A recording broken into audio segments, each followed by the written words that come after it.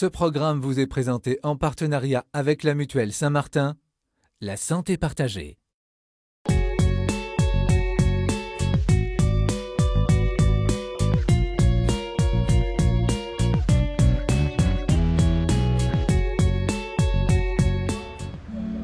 À la fin d'une longue journée de travail, Guillaume rentre chez lui dans son appartement à Paris.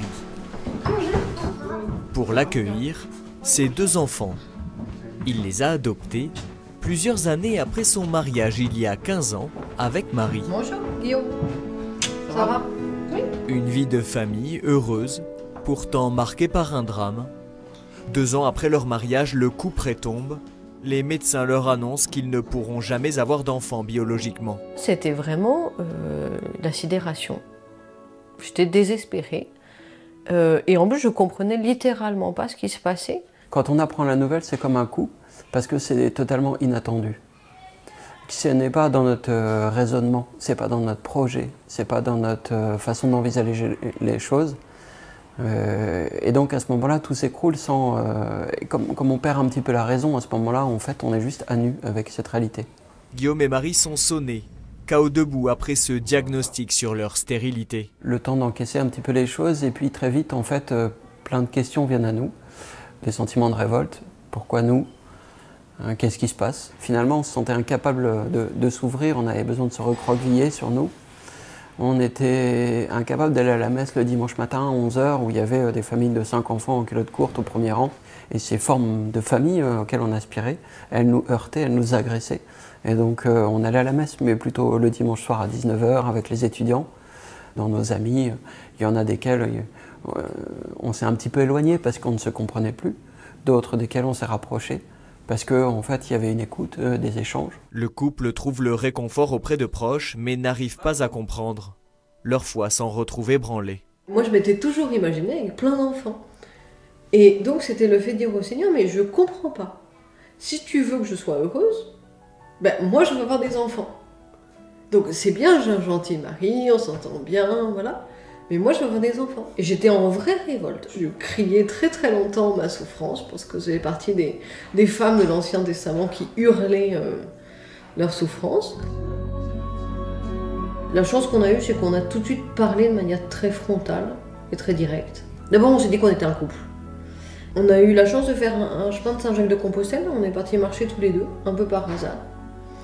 Et là, j'ai rencontré Jésus comme compagnon de mon quotidien, de ma souffrance, comme sur un chemin où j'avais mal aux pieds, où j'en avais marre de porter mon sac, et qui était là très présent, mais de manière très quotidienne. Pas du tout comme moi j'attendais, c'est-à-dire juste d'avoir un miracle, parce que c'était ça.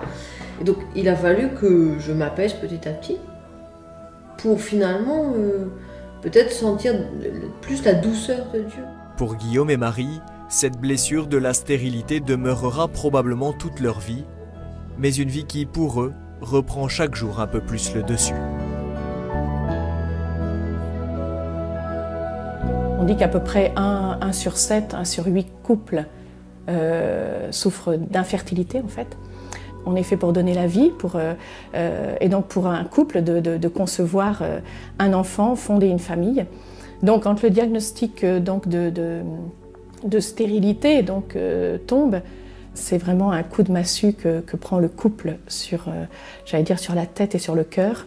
Ils sont ébranlés dans leur être de couple, dans l'image qu'ils ont d'eux-mêmes, de leur capacité à s'inscrire dans une lignée, puisque voilà, on a reçu la vie de nos parents, qui eux-mêmes l'ont reçue de leurs parents. Tout d'un coup, c'est comme si la route s'arrêtait, se coupait, et qu'est-ce qu'on va faire? Bon, tel membre du couple, effectivement, est peut-être porteur du problème de la stérilité, mais l'autre va montrer à celui qui est porteur qu'il continue à l'aimer et avec tout ce qu'il est, pour justement lever la fausse culpabilité, parce que celui qui est porteur se sent un peu coupable de quelque chose, alors qu'on est coupable de rien. La personne elle-même subit un mal, et c'est difficile d'en parler à l'entourage et de se sentir compris par l'entourage. La révolte qu'ils ressentent, elle va être adressée à différentes personnes, ça peut être contre eux-mêmes, contre l'entourage, contre la médecine, contre Dieu, s'ils ont la foi, Voilà, cette révolte devant l'incompréhension, qui est une phase normale dans un chemin de deuil. Il y a cette période de révolte qui est légitime d'une certaine façon, et qu'il faut pouvoir entendre, et qu'il faut leur laisser exprimer aussi. Voilà, et c'est là que l'Église a ce rôle pour moi elle est mère, et elle doit être un cœur qui accueille ses enfants, et qui accueille ses enfants en les écoutant dans leur souffrance. Cette mère qui console, qui accompagne, qui comprend, qui éclaire aussi sur une route difficile, mais un chemin voilà, sur lequel il y a des issues de vie. Il y a une issue de vie pour leur couple, il y a une issue, et c'est à eux sur ce chemin-là de la découvrir.